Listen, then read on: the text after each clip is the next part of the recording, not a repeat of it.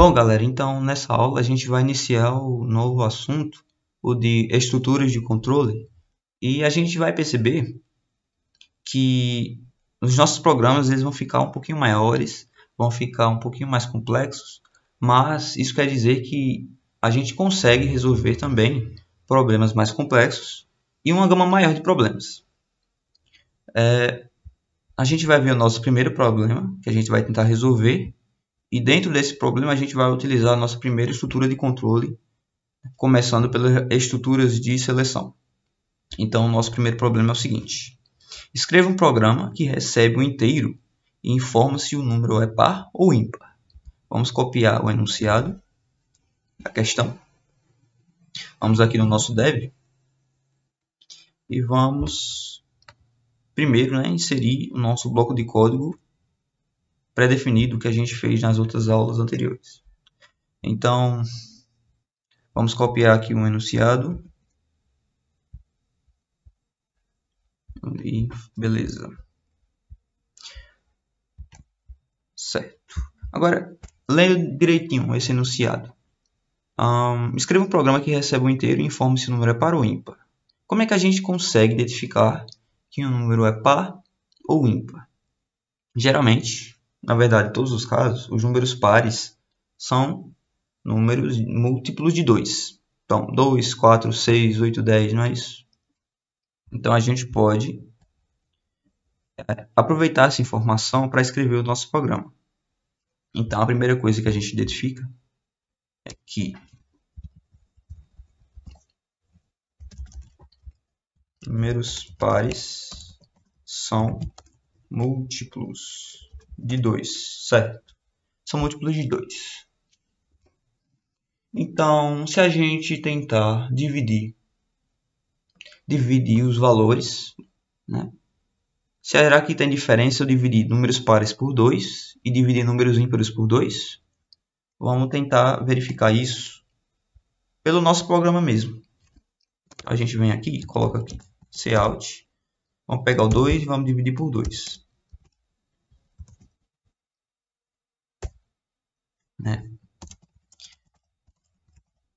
Certo. Vamos fazer isso 3 vezes. Para a gente pegar 3 números, verificar 3 números. Vamos pegar o 10 e os 88. Vamos salvar aqui como par ímpar. Já existe um, vamos substituir. Certo. Vamos executar. E aí o resultado que a gente tem é 1544. Certo. Até agora a gente não conseguiu ver nenhuma semelhança, porque 2, 10 e 88 são pares, porém a divisão deles resulta em números diferentes. Então vamos ver se há alguma diferença quando a gente divide números ímpares por 2. Então vamos pegar o 3, o 5 e o 11. Vamos colocar outra quebra de linha aqui no último par, para a gente separar entre pares e ímpares. Então, beleza. Vocês veem que a divisão dos pares, dos 3 primeiros pares, dos 3 únicos pares, na verdade, deu 1, 5 e 44. E os ímpares deu 1, 2 e 5. Então, a gente não consegue obter uma regra daqui. Até porque eu dividi 2, que é par, por 2 e deu 1. Eu dividi 3 por 2, que o 3 é ímpar, e deu 1 também. Isso é por causa daquela discussão que a gente teve, que números divididos, quando a gente divide inteiros, a divisão de inteiros resulta em inteiros, em C++. Então, eu dividi 2 por 2, deu 1, Porém, eu dividi 3 por 2, que era para dar 1,5. Mas como o 1,5 não é inteiro, a gente só pega a parte inteira do 1,5, que é o 1. E o 0,5 já é descartado. Então, a gente só obteve 1. Isso é um problema e não vai servir para a gente diferenciar entre par e ímpar. Se a gente tentar pegar o resto da divisão, se eu dividir 2 por 2 e pegar o resto, dividir 10 por 2 e pegar o resto também, Então, o que é que a gente pode fazer aqui?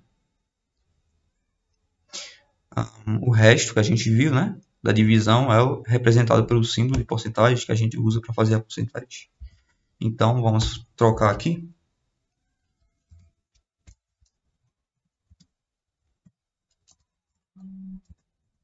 Beleza.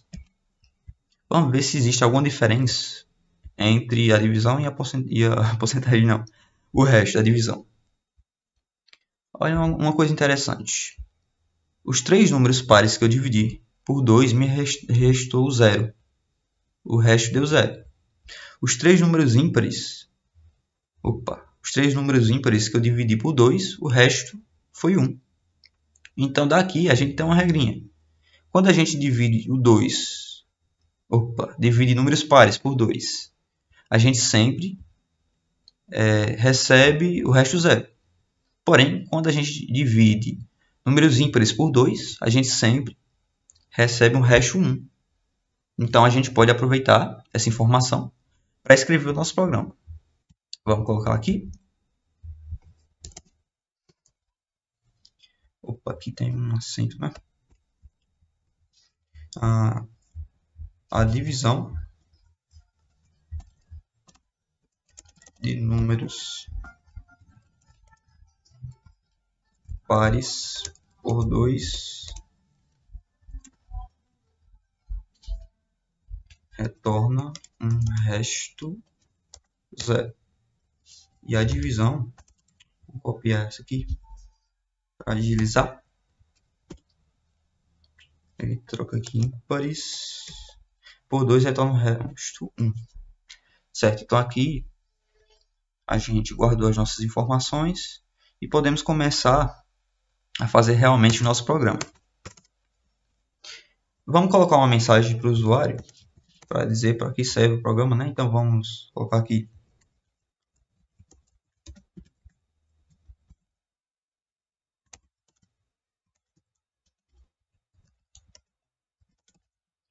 Se o número é par ou ímpar.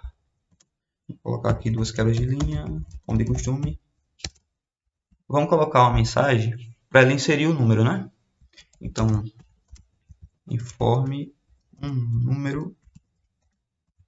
Vou colocar aqui inteiro. Tem que ser inteiro. Senão o resto não dá certo. A gente só pode utilizar o operador de resto em números inteiros. Tá. E o CIN para receber o valor do teclado. Mas para receber o valor e armazenar, a gente vai precisar de uma variável. Então, vamos colocar int, já que é um inteiro, número. É um nome bem geral, mas nesse caso é bem específico, já que a gente está recebendo um único número, né? Então, vamos colocar aqui número. Beleza. A parte da entrada está feita. E agora, para diferenciar, né? A gente vai poder utilizar essa regrinha que a gente descobriu, ou essa aqui de baixo. Vamos utilizar essa daqui. A divisão de números pares por 2 retorna um resto 0. Então, se eu fizer o número e pegar o resto da divisão por 2, se isso aqui for igual a 0, então é par. Tá. Então, se o número for par, né, o resto vai dar 0. E essa operação aqui, como a gente viu, me retorna o valor 1. Se o número for ímpar, então o resto da divisão por 2 vai dar 1, não vai ser igual a 0. Então, isso aqui é falso. E essa operação me retorna 0.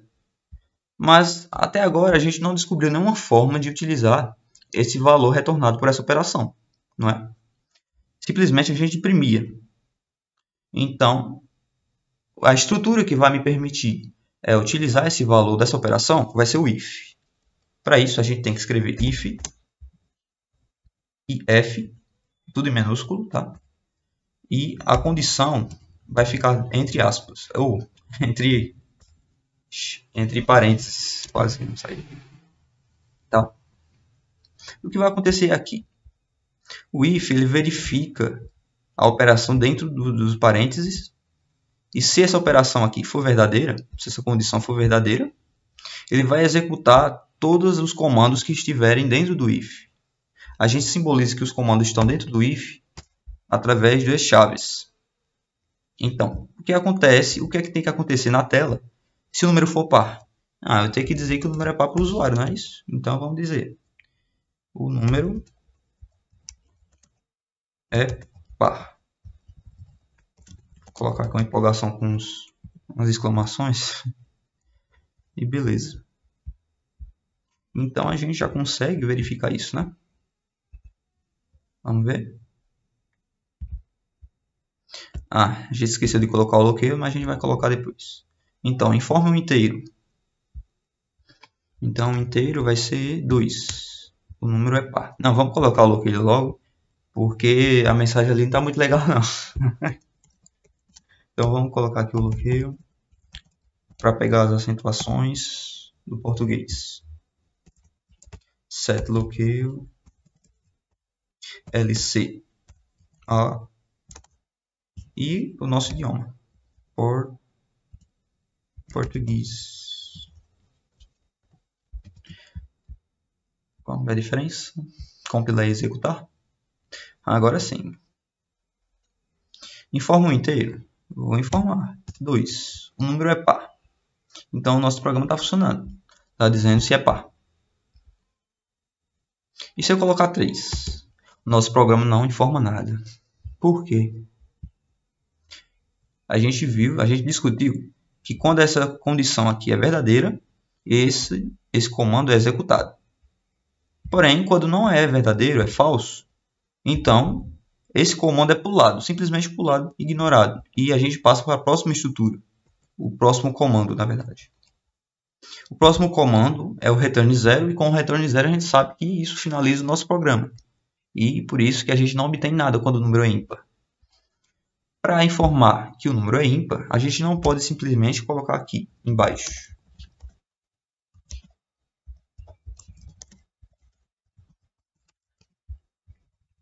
Não é? Por que a gente não pode colocar aqui embaixo? Porque, independente se o número for par ou ímpar, essa mensagem ela vai ser executada. E aí nosso programa vai ficar meio bagunçado, né? Se eu colocar 2, aí vai dizer o número é par e ao mesmo tempo o número é ímpar. E se eu fizer número 3, fica certo, né? Porém, a gente consegue acertar quando é ímpar, mas erra quando é par. E se a gente não colocar, a gente acerta quando é par, mas não informa nada quando é ímpar. Para resolver essa situação, a gente tem outra estrutura de controle, a estrutura de seleção else. Tá? O else, ele não tem uma condição, ele não pede uma condição, né, entre parênteses, ele simplesmente pede que você escreva o else e coloque entre chaves o comando que você quer executar. Então, o que é que muda aqui?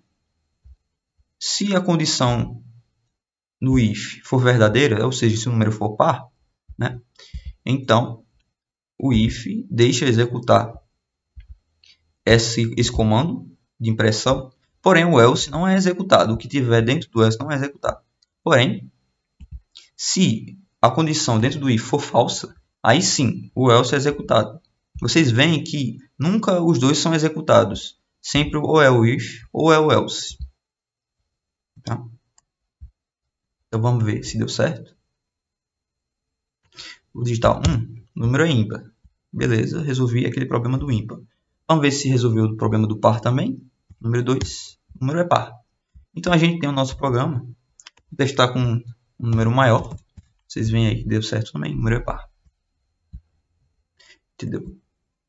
Então a gente tem o nosso programinho pronto aqui. Agora vamos discutir algumas coisas a mais.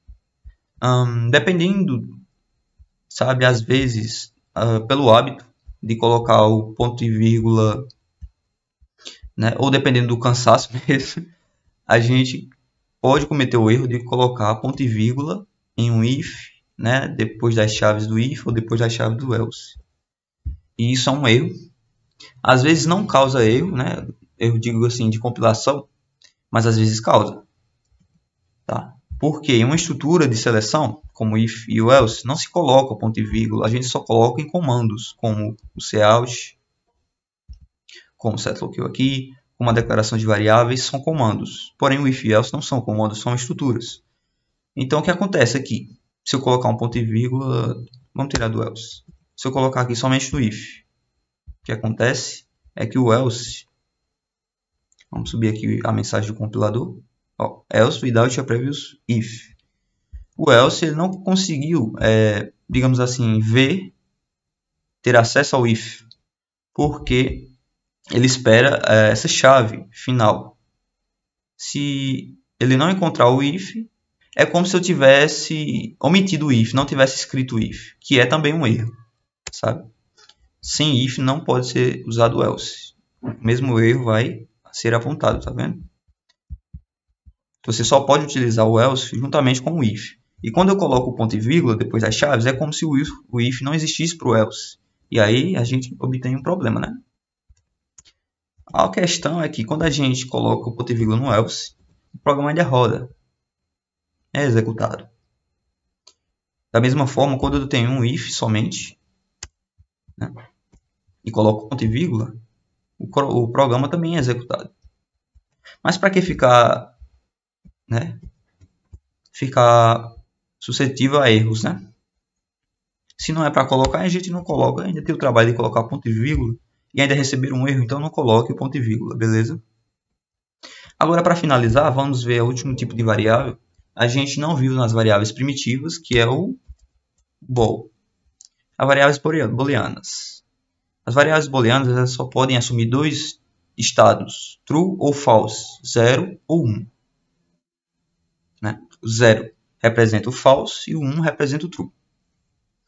Então, a gente poderia utilizar essa variável booleana para, digamos assim, deixar mais legível o nosso programa. Então, a gente poderia escrever uma variável assim, par. Vou colocar assim, par. Não, vamos colocar só o mesmo. Par. O que é que essa variável vai receber? Então, a gente pode aproveitar que esse comando aqui, essa operação me retorna um booleano, ou 0 ou 1, ou true ou false. Né? Então, eu posso armazenar esse valor dessa operação nessa variável. Tá? E aí, utilizar essa variável no meu if. E aqui a gente consegue deixar um pouquinho mais claro, né? Porque a gente vê, se é par, a gente já lê direto. Se é par, então imprime o número é par. Se não, imprime o número é ímpar. Vamos ver se isso deu certo. Deixa eu ver se eu não esqueci de colocar o ponto e vírgula. Não. Acho que tem que colocar parênteses ali. Não deu certo. Então vamos lá. Informa o número inteiro 2, o número é par. Se eu informar o número que a gente não colocou aqui, peraí. Vamos colocar um 15. O número é ímpar.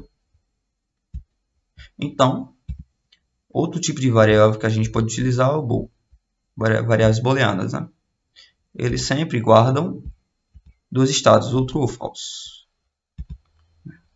Se o número for par, ele vai guardar um true. E quando o if ver que é true, ele vai executar. Se guardar falso, o if vai verificar e não vai ser executado. E somente o else que vai ser executado, não é? Outra coisa que eu queria discutir com vocês é que o else ele não aceita condições. Você não pode colocar aqui, por exemplo, par.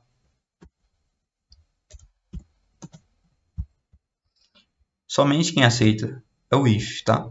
É um erro colocar condições no else. Então, o else é uma segunda via, né? Quando o if não é executado, ele vai para o else. Então é isso que eu queria discutir com vocês hoje. Está aí o nosso programa. E até a próxima aula de estruturas de controle.